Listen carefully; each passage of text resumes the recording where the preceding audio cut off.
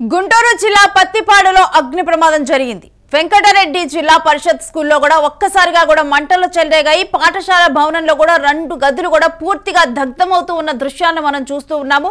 ప్రమాద సమయంలో ఇదే స్కూల్లో 400 మంది విద్యార్థులు ఉన్నారు. ఇక మంటలను అదుపు చేసేందుకు కూడా ఫైర్ సిబ్బంది కూడా సాయశక్తిలో ప్రయత్నించారు. ఘటనా స్థలానికి పోలీసులు చేరుకున్నారు. ఇక ప్రమాదానికి అసలు కారణాలు ఏంటి అంటూ కూడా ఆరా తీయటం మొదలుపెట్టారు. ఒక్కసారిగా కూడా మంటలు చెలరేగటంతో కూడా గ్రామస్తులు ఉలిక్కిపడ్డారు.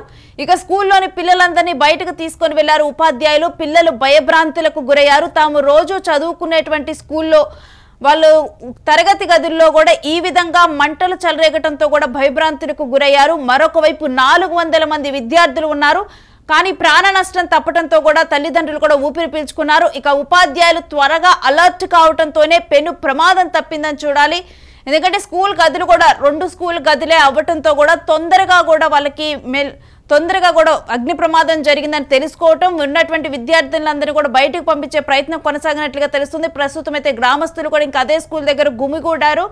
దీనికి సంబంధించిన డీటెయిల్స్ కూడా మా ప్రతినిధి సత్యాన్ని అడిగి తెలుసుకుందాం. సత్య, మొత్తం స్కూల్ మొత్తం కూడా మంటల్లో చిక్కుకున్న దృశ్యాలు యూటీవీ స్క్రీన్ మీద చూస్తున్నాం. అసలు ఏం జరిగింది? శ్రీ గుంటూరు జిల్లా పత్తిపాడు నియోజకవర్గం మండల కేంద్రంలోని భవనం వెంకటరెడ్డి జిల్లా పరిషత్ పాఠశాలలో అయితే మంగళవారం అంటే ఈ రోజు కొద్దిగా అగ్ని ప్రమాదం అయితే చోటు చేసుకుంది. ఈ ఘటనకు సంబంధించి ఎవరికైతే ప్రాణ నష్టం అయితే జరగలేదు. చూసుకోవాలి శ్రీ, అగ్ని శిలలు ఎగసిపడంతో విద్యార్థులు క్లాసులు వదిలి బయటకైతే పరుగులు తీశారు. అక్కడకు వచ్చిన ఫైర్ సిబ్బంది కూడా మంటలు ఆరిపే ప్రయత్నం అయితే చేస్తున్నారు. కానీ ఆ మంటలు ఎగిసిపడుతుండటంతో వారికి కూడా కొంత ఇబ్బంది అయితే కలుగుతుంది. కానీ ఈ ఘటన స్థలానికి సంబంధించి ఏం జరిగింది ఏందనేది మాత్రం కోణంలో అయితే పోలీసులు కూడా దర్యాప్తు చేస్తున్నారు. కానీ ఇది షార్ట్ సర్క్యూట్ వల్ల జరిగిందా లేకపోతే ఎలాంటి ప్రమేయం ఉంది అనే దాని మీద కూడా అయితే పోలీసులు ఇప్పటికే చేరుకొని అక్కడున్న చుట్టుపక్కల వాళ్ళు కానీ అక్కడున్న టీచర్లు కానీ పిల్లలను కానీ జరిగే పరిస్థితి కూడా అయితే ఉంది. కానీ ఒక్కసారిగా ఇలాంటి సంఘటన జరగటంలో కూడా ఊరు మొత్తంలో కూడా కొంత భయాందోళనకు అయితే గురైంది. మా పిల్లలు ఏమయ్యారు, మా పిల్లల పరిస్థితి ఎలా ఉందనేది అక్కడికి ఆ తల్లిదండ్రులు అయితే ఆ స్కూల్ దగ్గరికి చేరుకొని కొంత ఆందోళన కార్యక్రమం కూడా చేపట్టారు. ఎవరి పిల్లల్ని వాళ్ళు సరి చేసుకునే సమయంలో కూడా ఆ మంటలు ఎగిసిపడంతో అక్కడంతా ఒక ఘర్షణ వాతావరణం లాగాను అక్కడేదో ఏదో జరిగిపోతుంది అనేది కూడా అక్కడైతే జరుగుతున్నట్టు అయితే స్కూల్ భవనం తగలబడుతున్న దృశ్యాలు అయితే ఇక్కడ మేము చూస్తూ ఉన్నప్పుడు కూడా ఆ భవనం కూడా కంప్లీట్ గా కాకుండా కాంక్రీట్ తో ఉన్న భవనం కాకుండా అది రేకుల షెడ్ లాగా కనిపిస్తుంది. ఆ స్కూల్ మొత్తం కూడా రేకులతో ఉందా ఏంటి? శ్రీ, ఆ స్కూల్ మొత్తం కూడా రేకుల షెడ్ తో ఉంది. ఇది అంటే పాత భవనం. ఇది వెంకటరామిరెడ్డి భవనం. వెంకటరెడ్డి అనే మెమోరియల్ లాంటి స్కూల్లో అయితే 400 మంది పాఠశాల పిల్లలు అయితే ఉన్నారు. కానీ అక్కడ సంబంధించి ఏదైతే సర్క్యూట్ జరిగిందా లేకపోతే ఎలాంటి కార్యక్రమాలు ఇక్కడ జరిగినాయి, అసలు ఈ మంటలు ఎలా వచ్చినాయి అనేది అయితే పోలీసులు కూడా అయితే దర్యాప్తు మంటలు ఇంతగా కూడా వ్యాప్తి చెందటానికి ఇప్పుడు ఆ స్కూల్ కన్స్ట్రక్షన్ కూడా కారణం అని చూడాలా? శ్రీ, అంటే పాత భవనం కాబట్టి ఎక్కడైనా షార్ట్ సర్క్యూట్ జరగటం వల్ల కానీ ఏదో జరిగి ఉండిద్ది.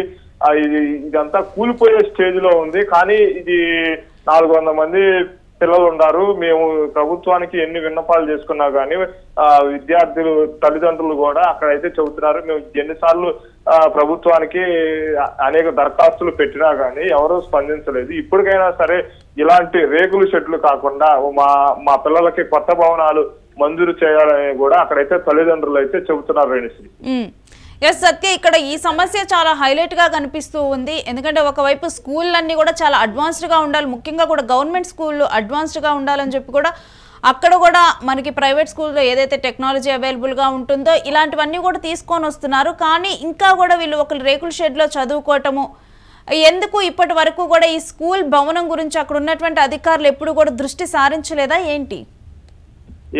శ్రీ, పేరెంట్స్ అంటే అక్కడ ఉన్న తల్లిదండ్రులు కూడా చాలా సార్లు అధికారుల చుట్టూ మేము తిరిగాము.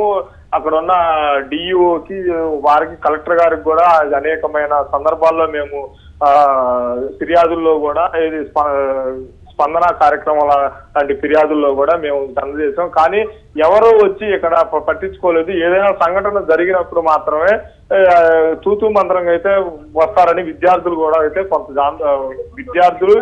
విద్యార్థిని తల్లిదండ్రులు కూడా అయితే కొంత ఆందోళన కూడా వ్యక్తపరుస్తుంది. ఎక్కడైనా సరే మనం చూసుకుంటే గవర్నమెంట్ స్కూళ్ళకు సంబంధించి అన్ని ఫెసిలిటీస్ ఉండాలి. ప్లస్ వారికి సంబంధించి గవర్నమెంట్ స్కూళ్ళకు సంబంధించి ఏదైతే ఫైర్ సేఫ్టీ కూడా అక్కడైతే ఉండాలని తల్లిదండ్రులు కూడా అయితే అనేక మార్లు మేము అధికారులకు చెప్పాము. కానీ ఎవరు మమ్మల్ని పట్టించుకోవట్లేదు.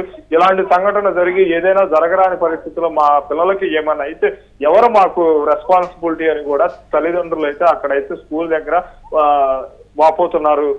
సత్య, అసలు ఈ ఘటన జరిగినప్పుడు ఎంతమంది పిల్లలు కూడా ఈ రోజు స్కూల్ కి హాజరవటం జరిగింది? వారి పరిస్థితి ప్రస్తుతం అసలు ఏ విధంగా ఉంది?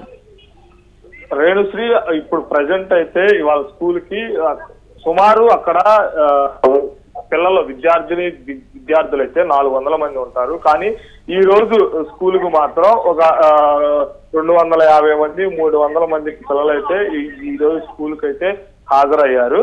కానీ అక్కడ ఉన్న పరిస్థితులను బట్టి పిల్లలకి ఆ మంటలు అనేది వెంటనే అక్కడ ఉపాధ్యాయులు గమనించి వాళ్ళని వెంటనే బయటకు కూడా తీసుకురావడం అయితే జరిగింది. కానీ ఎవరికి మాత్రం ఎలాంటి హాని ఏమీ కలగలేదు, ఎలాంటి ప్రాణ నష్టం కూడా అక్కడ ఏం జరగలేదు.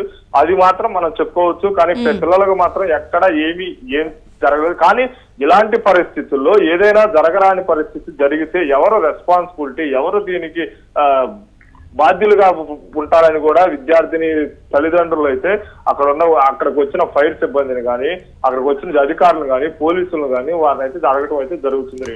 సత్య, ఇప్పటికి ఏ అధికారులు అక్కడికి చేరుకోవటం జరిగింది? ఎందుకంటే రేపటి నుంచి కూడా వాళ్ళకి యథాతథంగా కూడా స్కూల్ జరుగుతూ ఉండాలి, క్లాసెస్ జరగాలి. ఒకవైపు చూస్తే భవనం కూడా పూర్తిగా తరగతి గదులు తగలబడిపోయాయి. ఈ నేపథ్యంలో అధికారులు వచ్చి అసలు వాళ్ళకి ఎలాంటి భరోసా ఇచ్చారు, ఏంటి, ఎవరెవరు విజిట్ చేశారు? ప్రజెంట్ అయితే ఇప్పుడు రేణుశ్రీ ఇక్కడ ఉంది ఫైర్ సిబ్బంది ఒకరు పోలీసులు వచ్చి వారైతే ఈ అగ్ని ప్రమాదం జారపటానికి అయితే ఫైర్ సిబ్బంది చాలా ప్రయత్నిస్తుంది. పోలీస్ సిబ్బంది కూడా అసలు ఈ అగ్ని ప్రమాదానికి గల కారణాలు ఏందనేది కూడా కేసు నమోదు చేసి మేము దర్యాప్తు చేస్తామని తల్లిదండ్రులకి కొంత హామీ ఇవ్వడం జరిగింది. కానీ విద్యాశాఖ అధికారులు మాత్రం ఎవరు ఇంతవరకు ఇక్కడికి రాలేదు.